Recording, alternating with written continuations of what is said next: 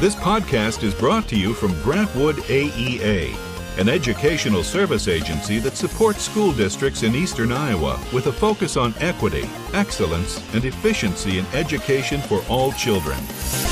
Welcome to episode 55 of the EdTech Takeout. My name's Jonathan Wiley, and this is Mindy Carney. Hello, it's 2019. Yes, it is. Here we are. I thought I'd go for a more compact kind of intro for 2019. Yeah, just simple.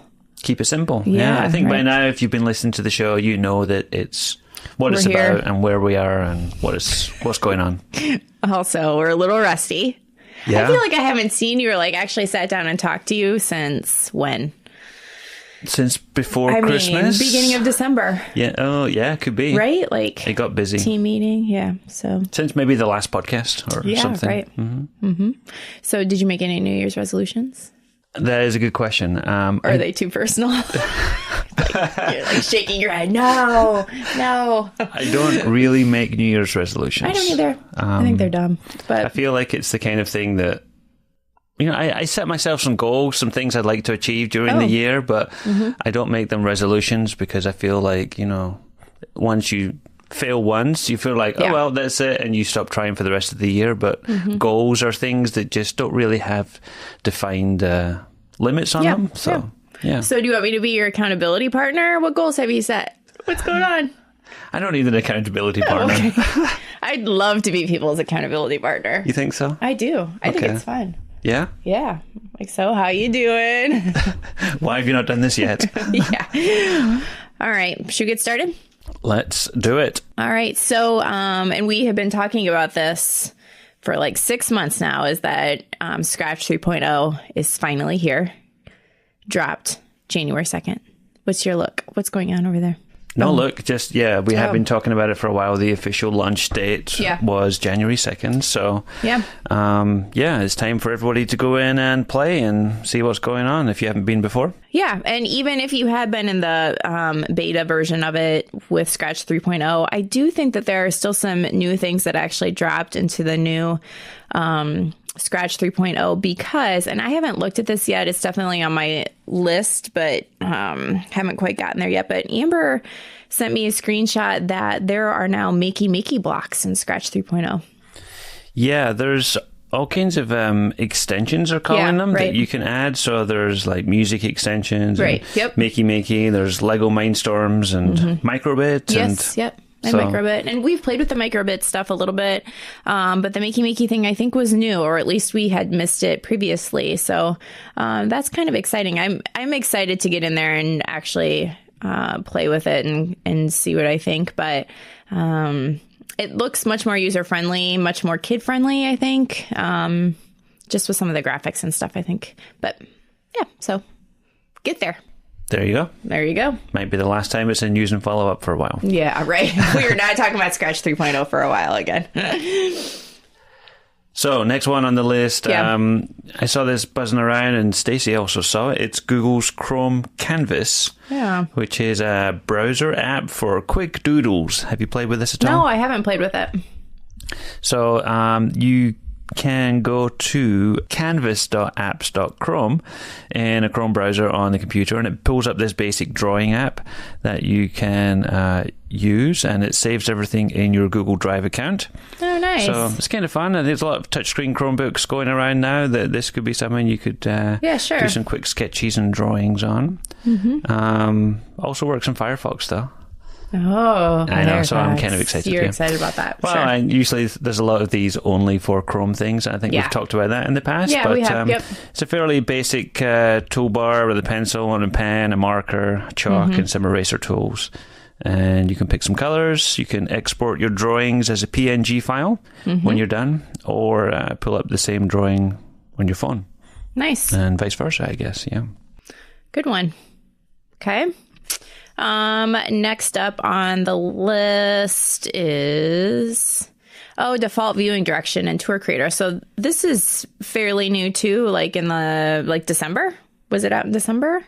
Where you can set a specific spot in your tour where you want people to start, right? And direct them. So instead of just plopping in and having you go wherever you want, you can kind of structure the tour a little bit more. Yeah, I don't know if it just picked like the middle of the image you uploaded before or where, but I think so, now you can right? just move it to a certain point and Right. set this as a starting point for your tour creator. So that's a useful thing. It's a small thing, but just an extra useful thing worth knowing about if you are creating tours, or if you've already had some tours you created, you can go back and set a starting point for them. Okay. Oh, I did not see this until just now. Updating screenshots for Google Classroom. What? I just redid all my Google Classroom resources. This just came out yesterday. Oh. It dropped yesterday. So some classroom updates. Okay. So one of those updates is drag and drop. And so in the classwork page, where you can now lay out your topics and things like that, you can drag and drop things around inside of there. So to reorder the topics, you used to have to put move up and move down or something like that with the arrows. Yes. Yes. So now you can just drag them up and down. But you can also like drag a whole topic into a new place. Okay. So that drags the topic and all the things in it. But there is also a new look as well.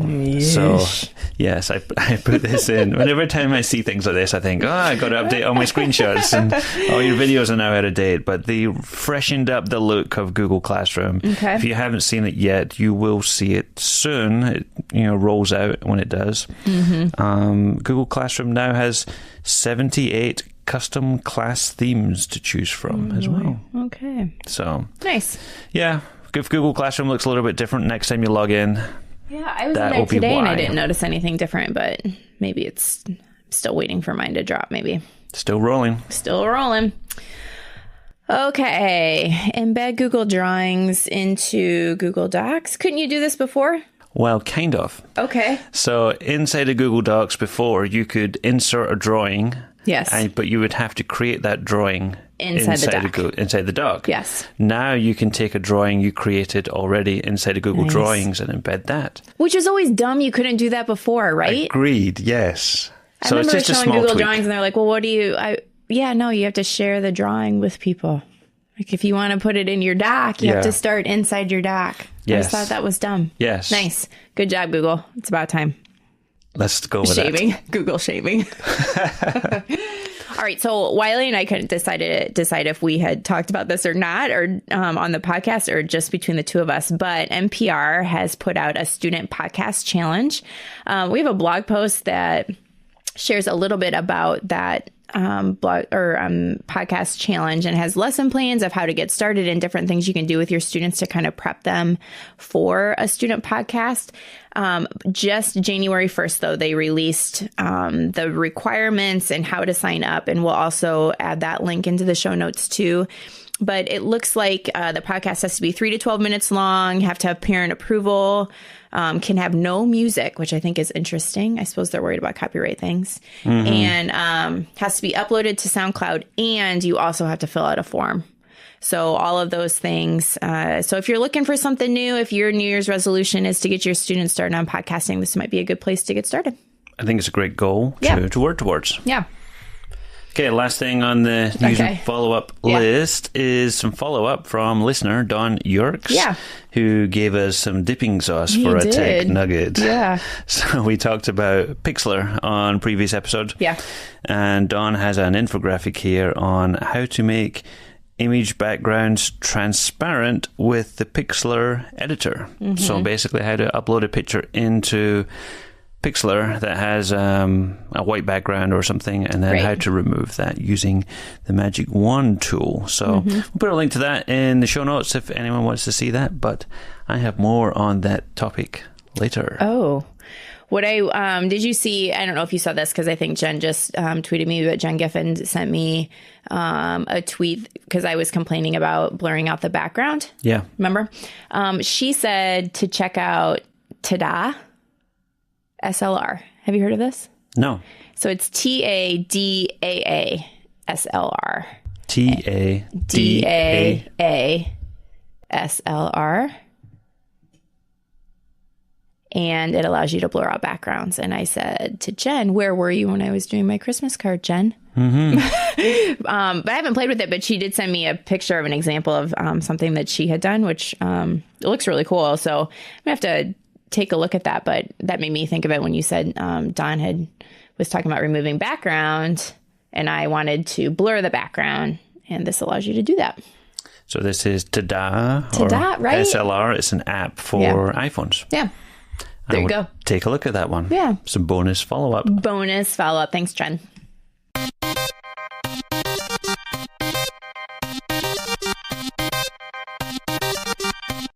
Okay, so main course today is a little bit different. We're going to try something a little bit different today, and it's the 2018 Education Research Highlights from Edutopia. So we took a blog post and are going to kind of discuss some of the things that were found, and we'll actually link, of course, to this Edutopia blog post, too, about these research highlights, which are maybe interesting, and maybe I kind of felt a lot of them were like common sense, like, oh, yeah, right?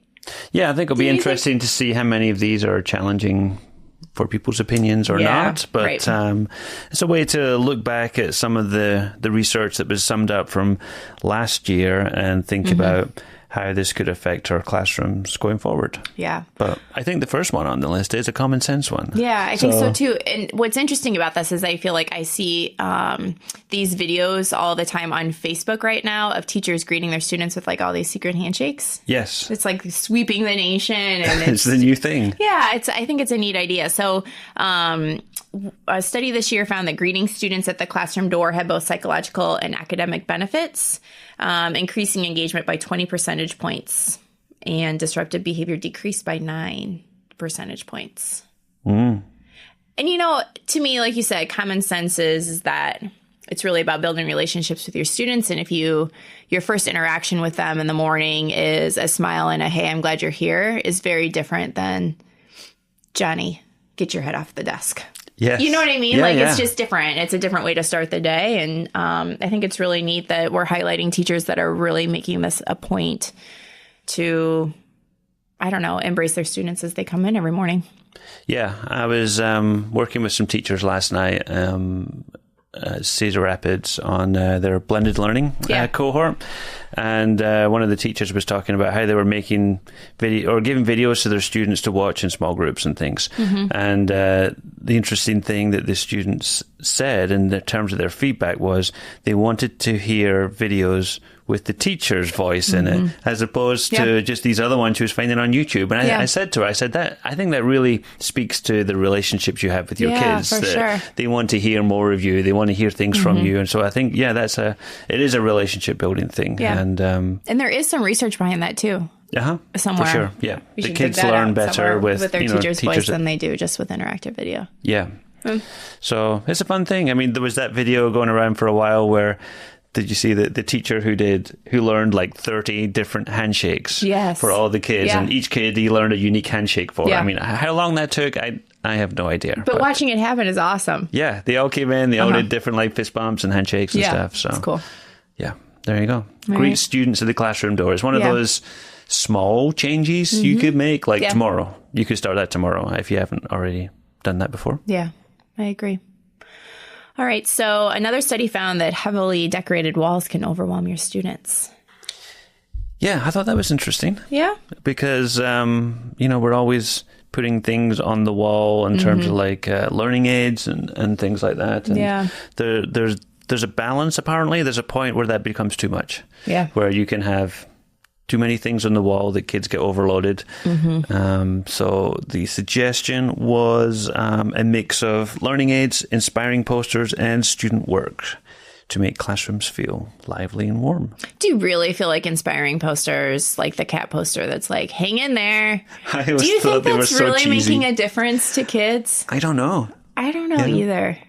And maybe it's not hang in there. Maybe, that's kind of a poster from I almost feel like that's from a bygone age sort of thing, but there's different posters now you could have with, I don't know, Minecraft or Fortnite or something on there that maybe has the same message, but with an updated character on there. Yeah. I don't know. What's your copyright on that one? Yeah. If you're creating those. Yeah, right. Oh, shoot. But Interesting. I think it is interesting because I know just from my personal experience that one of the things that I loved doing over the summer was I would comb Pinterest and find all different ways to, decorate my room and try to make it feel cohesive. And I always had like a color scheme every year. Yeah. And it just makes me wonder if I should have been better using my time. I don't know. Yeah. Although my room was super cute. I'm sure you're not surprised. I always had like a math board and then a language board and Yeah. then like a different, but then Yeah. I think a lot of the time my student work was like on the wall outside the classroom. Yeah. And so maybe But not making room in. for that inside the classroom Yeah, I or know. rotating some of those materials around Yeah, and things. sure. So. That's some of it maybe too, for Yeah. sure. Okay, so this next one, I feel like is something that I have been wrestling with a little bit because, and I should probably know the name, but we had a couple of speakers come in maybe in November or something that said the same thing, that researchers have found that there is no benefit to matching a student's perceived learning style, such as visual or linguistic, to the ways a concept can be learned. And as educators, it was always like one of the things I felt like, even when I was in teacher college, that they were like, oh, everyone has a learning style. Yep. You know what I mean? So one thing that I learned was that it's important to engage and make sure that students are learning concepts in a variety of ways, which I don't feel like this is discounting. Correct. It's not to narrow students down with, oh, you only learn this way, so I'm only going to give you content in that way that matches, your learning style. It really is about broadening and hitting lots of different learning styles within a certain content area or skill or whatever. Yeah, I'd agree with that. I think it is one of those things that's been around for a long time. I was thinking the other day that when I was first started teaching, and this is probably like, 15 years ago, something like that, I remember my principal, who collected in our lesson plans each week, wanted us to write V, A, or K next to each activity to designate whether that was visual, auditory, or kinesthetic. And, some would be VA, some would be VAK. Oh, sure. Those would be the bonus ones. They were VAK. Yeah, you were totally they were nailing visual, it. auditory, and kinesthetic. Yeah. And then, it's something that people have believed for a long time. Yeah. And psychologists have been pushing back on it for a long time. Yeah. There's a guy's blog I subscribe to called Daniel Willingham, who really has taken up the charge against this a little bit. So if you want to read some of his work, I'll link to that in the show. But yeah, I think it's like you said, it's finding the best way to teach a specific type of content. You don't want to learn geometry auditory. No. You don't want somebody to explain what shapes look like At least if you I can't see don't. it. Right. I mean, there's whether you are an auditory learner or not. I would think you would need some visual aids for that sort of thing. So thinking about the content and teaching it in the way that best fits the content and, making whatever accommodations you can for learners in terms of how they're going to access that content. But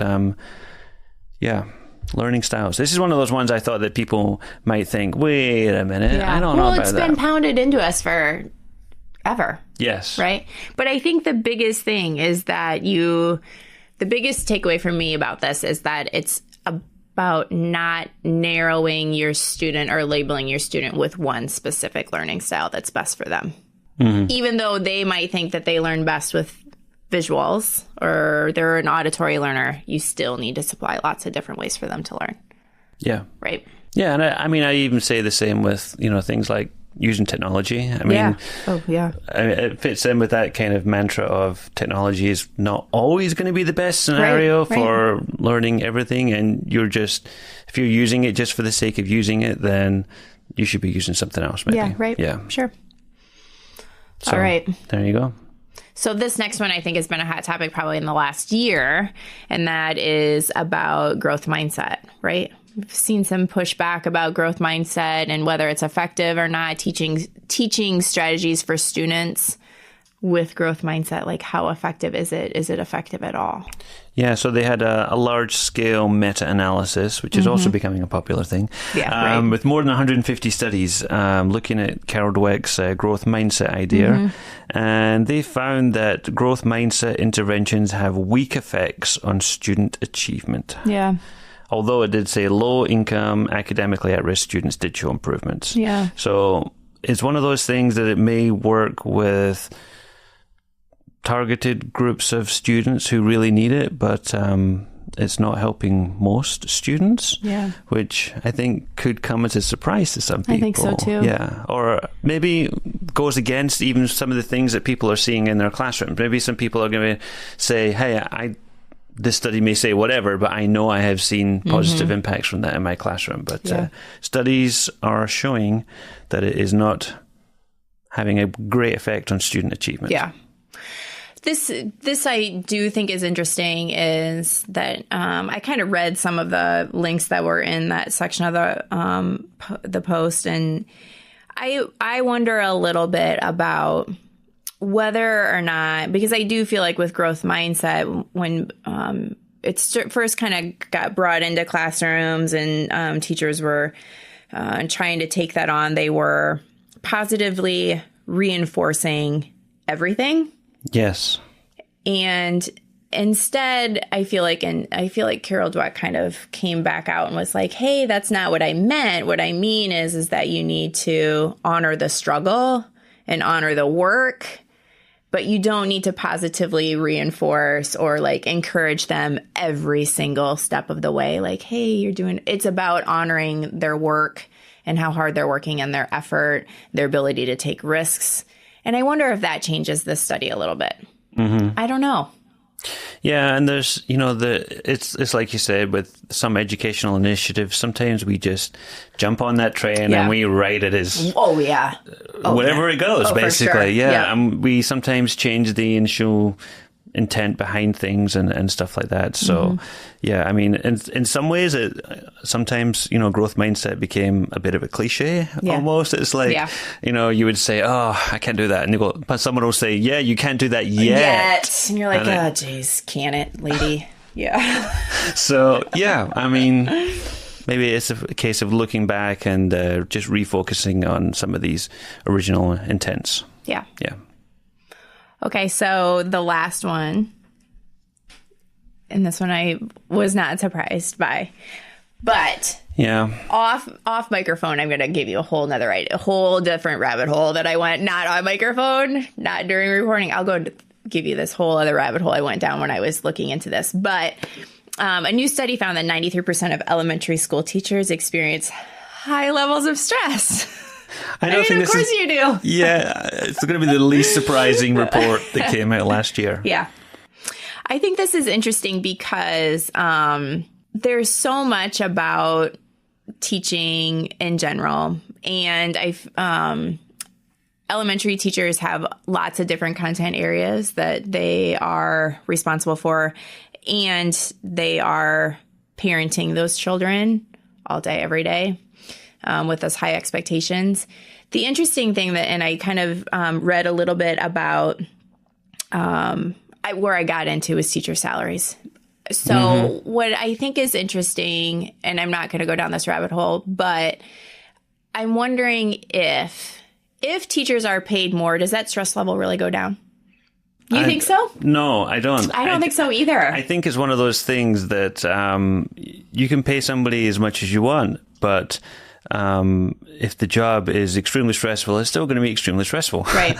And I had that exact same thought when I was reading this too. I mean, it's not about teacher pay, because that was what I was expecting almost to see, what it said, high levels of stress because they don't get paid enough and all the rest. Yeah, and it's not to do with that. Yeah. It's a separate issue, I think. Yeah, I think so too. Because one of the links in there too, I think, was about some of the stress is their whole full-time day job, but then a lot of teachers still feel like they need to take us. That was a different link in the thing that I think I found, that teachers still feel like they have to take a second job either during the summers or working nights or tutoring, those kinds of things outside of work hours, which I know would add more stress. And I know making more money often takes the stress out of other aspects of your life. Correct. But not the day-to-day. So there are more things we need to work on with our teachers than just paying them more. Yes. It's about feeling supported and having enough time and so many things. Yeah, this study talks about emotional exhaustion. Yeah, so, I mean, it's a new year. Maybe it's a time to recalibrate and think, what are the things I could maybe do to try and minimize that? Or do I need an accountability partner like Mindy to help, I'll be anybody's accountability partner. Okay. Do a little life coaching. Okay, doke. Okay. Can't beat an offer like that. So, yeah, take care of yourselves, people. It's 2019, and if we can help, we will help, for sure.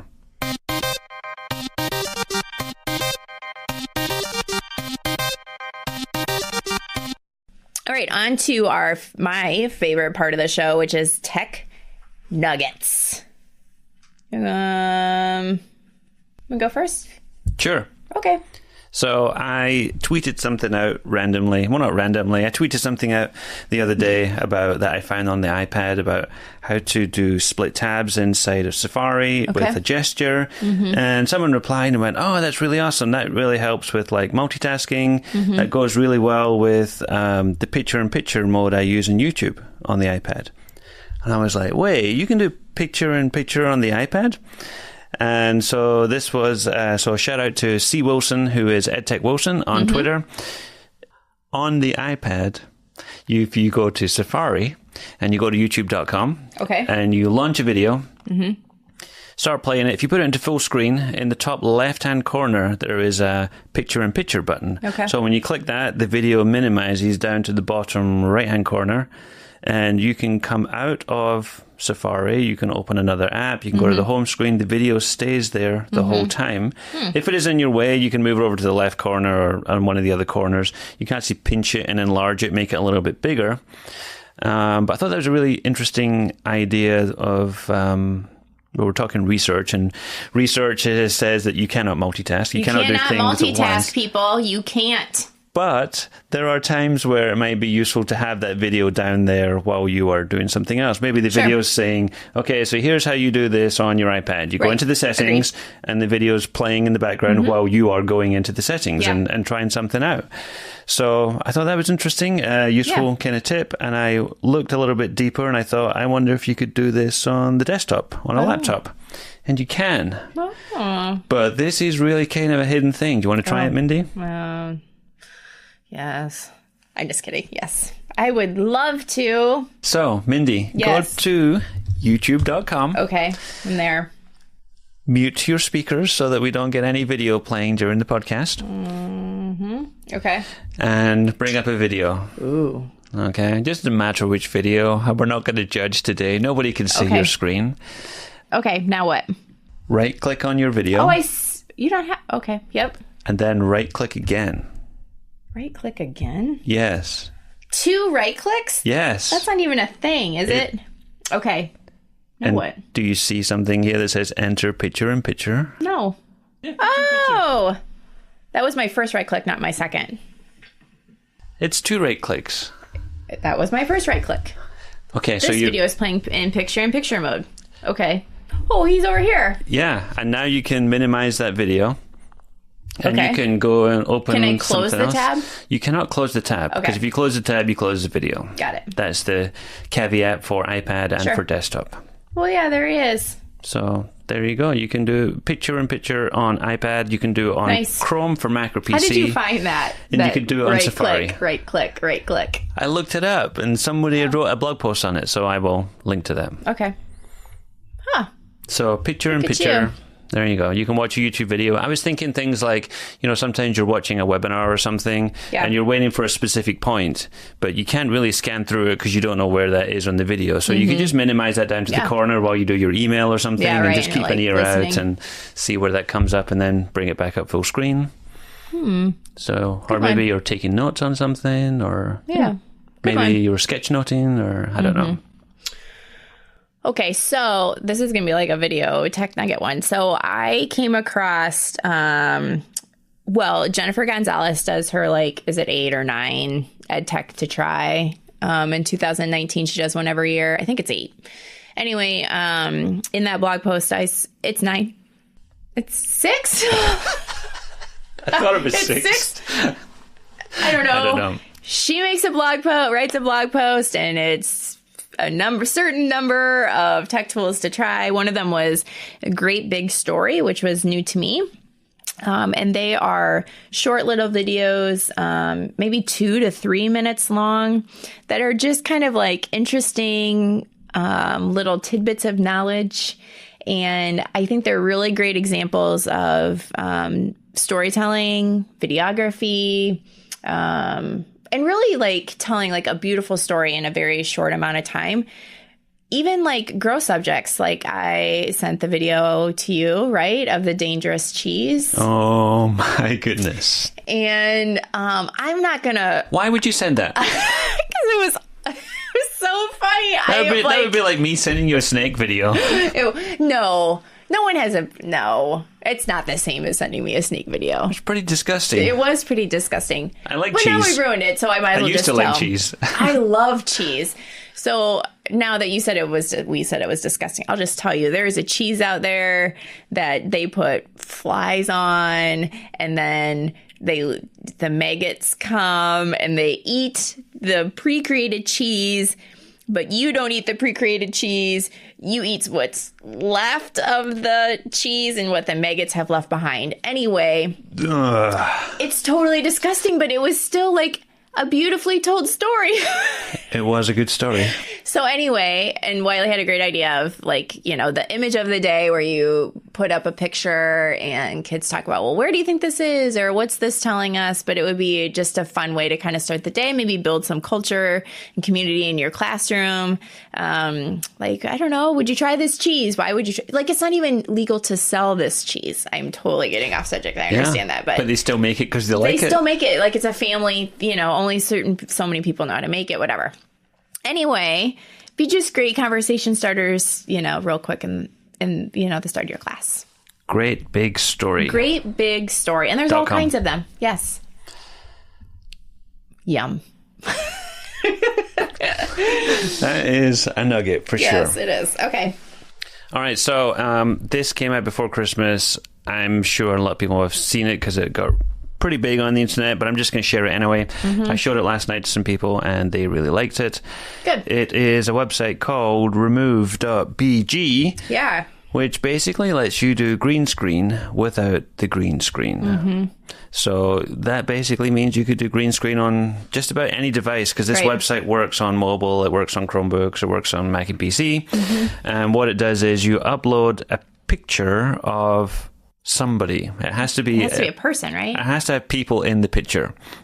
Because this tool uses artificial intelligence to remove the background from the photo. Mm-hmm. So it leaves you with a transparent PNG, which you can take and put on top of any other image. So I don't know, you could do this in Google Slides if you want. Bring up a image of a beach background and then a picture of yourself into remove.bg. It will take out the background of wherever you were on that cold, snowy day, and you could put yourself on the beach. Yeah. It's like meme making so much more fun.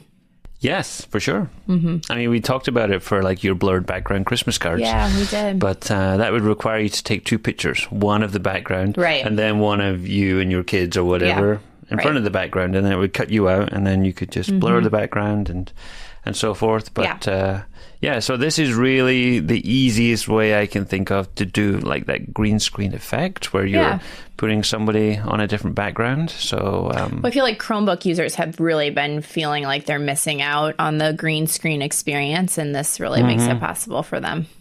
Yeah, so a couple of, I don't know, just things to note. Yeah. The export size of the picture is 500 pixels by 500 pixels. So it's not like an HD image, but as long as you're not like making that image like a whole lot bigger or anything or stretching it out, you should be fine. Some people may worry about I'm uploading pictures to a website of my kids.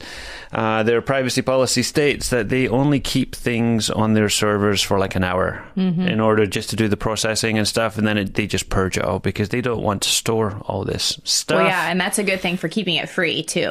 Exactly. You want people to get rid of your stuff so that that service stays free. Works on the iPad, works on desktop browsers. It does not even require a login, and it is free to do. Free. So remove.bg. If you have not tried it, go give it a try. All right. So apparently my nugget I sent to the team yesterday is not a new nugget, but it was new to me, and that's something called Vialogs. And you said that Richard Byrne had shared it. Thank you, Richard Byrne.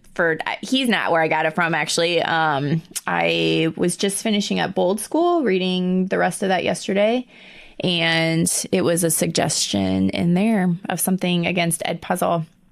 I don't love Edpuzzle like other people do. I don't know, but I thought this was a nice substitution for Edpuzzle, and it's just more about having a discussion.